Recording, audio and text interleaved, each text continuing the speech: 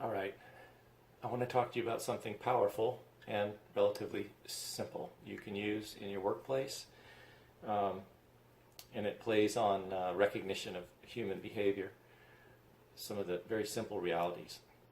It's called the ABCs of behavior. And the ABCs stand for antecedent, which comes first, and then behavior, which is a response to an antecedent, and then a consequence, which comes as the result of the behavior. It's either positive or negative. But we're going to look at creating positive outcomes for behaviors that follow an antecedent that we put in place to try to create a work environment where people are being, essentially like the crack dealer, rewarded for what they're supposed to do, when they're supposed to do it, how they're supposed to do it. Not just the extraordinary Superman or Wonder Woman feats that we can do from time to time, but our daily routine. A guy named John Crispin, a long time ago, I made relations with and became a kind of a friend. I went down to, he was an IO psychology, industrial organizational psychologist with a doctorate. He's working at a plant called Prestolite in Valdosta, Georgia, and I was living in Georgia. I went down and stayed with he and his wife for a little bit during the week and toured his plant. He was the IO psychologist for this industrial plant. He made a fair amount of money. They paid him pretty well to be there. And he needed to demonstrate the value of his work in dollars and cents. And it was quite fascinating to watch this happen. So he had a number of initiatives, but I just want to touch on one of them. One of the ways in which he increased productivity at the plant through the efforts of the workers is he identified when effort was the lowest. And because there was a definite pattern. There were 3 shifts at the plant at Prestolite because they're 8-hour shift. So at the end and at the beginning of each shift, there was about 30 minutes in which employees really slowed down. And that makes entire sense, doesn't it? If you think about it, if you work 8 hours, your first hour getting into your workstation, Prestolite made spark plug cables and connectors.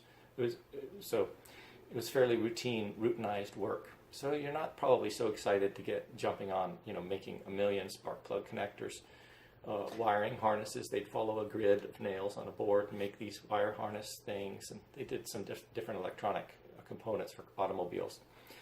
And so he placed a value on the decreased productivity that happened at the beginning of a shift when people hadn't gotten going yet. They weren't hitting their pace yet. And then, of course, the last half hour or so at the end of your shift, you're looking at the clock and you've been there 7.5 hours of work and you only have 1/2 hour left. You sort of tidy up and slow down. Well, those are dollars and cents for the facility, and those affect productivity greatly. So he estimated what that costs, and it costs something in excess of millions of dollars, $3-4 million worth when you annualized it. And he targeted that and the behaviors that were a consequence of that, the slowing down at the beginning and the end of shifts. And he educated the workforce and some supervisors. He trained them, and he set up an incentive system. Basically, he had some, the managers go out, they represented the antecedents. When you saw a manager, you know that every one of the supervisor managers walking the floor had with them a booklet of basically stickers. And I know it seems a little trite, and you and I probably think, I'm not going to work hard to earn a sticker. That ended when I was in kindergarten, and I got the stars on my chart or something. But, it's more than just a sticker because it represented good work. So someone could say to you, hey, good job, or they could say to you, great job, and here's a sticker, something that shows that I said you did a great job. And it was done with the good intentions to be uplifting and not just use people. So the managers were trained to walk around, particularly at the beginning and end of shift, and anyone that they saw that was really seemed consistently to be doing their job well, doing what they're supposed to be doing, how they're supposed to be doing it, when they're supposed to be doing it, they would get a sticker. And most of the people enjoyed it because it was a level of recognition they hadn't had before. One guy was a Samoan guy, that's all I remember from the story, a big Samoan guy. He was rebellious, and he didn't have any stickers. No one had ever been able to, give him one. And John was telling all the supervisors, make sure, his name was like Huda or something, make sure that you focus on Huda. We need to catch him doing the right thing at the right time in the right way and get him on board. We need to get a sticker on. And they were putting the stickers on their ID badge, which they had to wear all the time when they're in the plant. The only thing is they couldn't put it over the picture of themselves, the photo ID, but they put it around. And this guy, Huda, didn't have any stickers. And so one day, some supervisor, he was doing what he's supposed to do when he's supposed to do it, as he's supposed to do it at the end of a shift.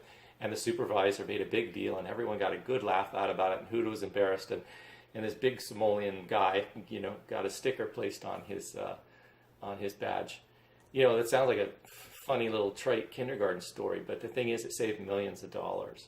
The goal was to decrease the lag time or the slowdown time from 30 minutes at the beginning and end of shifts to something more reasonable, like 15 minutes. After all, you do need some transition time at the beginning and end to get your workstation set up and to get going. So they saved millions of dollars by doing that. John told me I wouldn't know really whether this program was a success in the long run, the way that he would define success, because they had the quantitative metrics. They were saving millions of dollars every year, or on track to do that. But there was something more important to him than that one initiative targeting those behaviors by creating an antecedent, which is the managers walking around, examining the behavior, working hard, doing what you're supposed to be doing, when you're supposed to be doing it, how you're supposed to be doing it, and then having a positive consequence in the form of recognition with this sticker.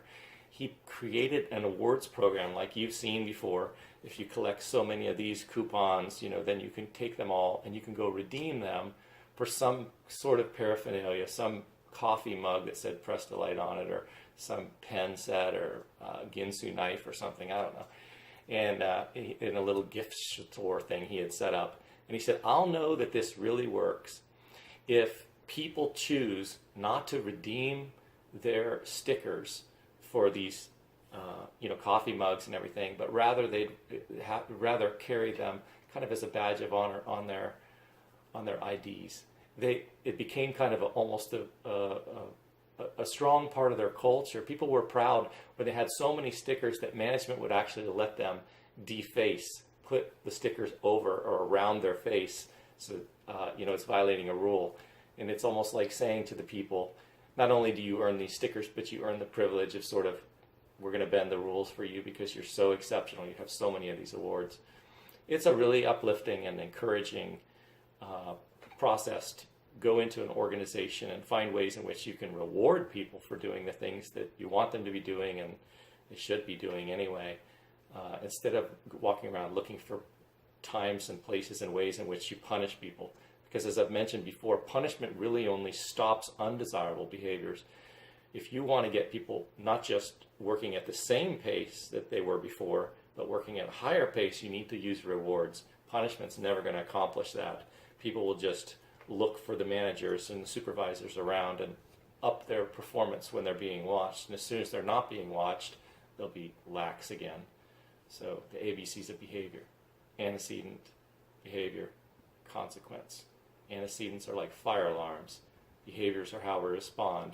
The consequences that will elicit lots of positive behaviors are rewards. Rewards that are intrinsic in value, that have meaning.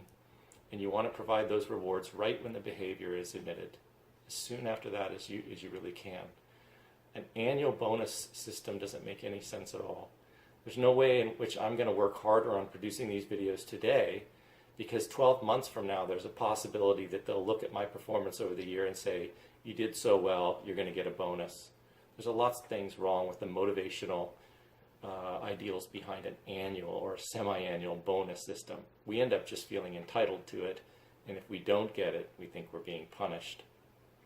Okay, enough on the ABCs. Hope that was helpful.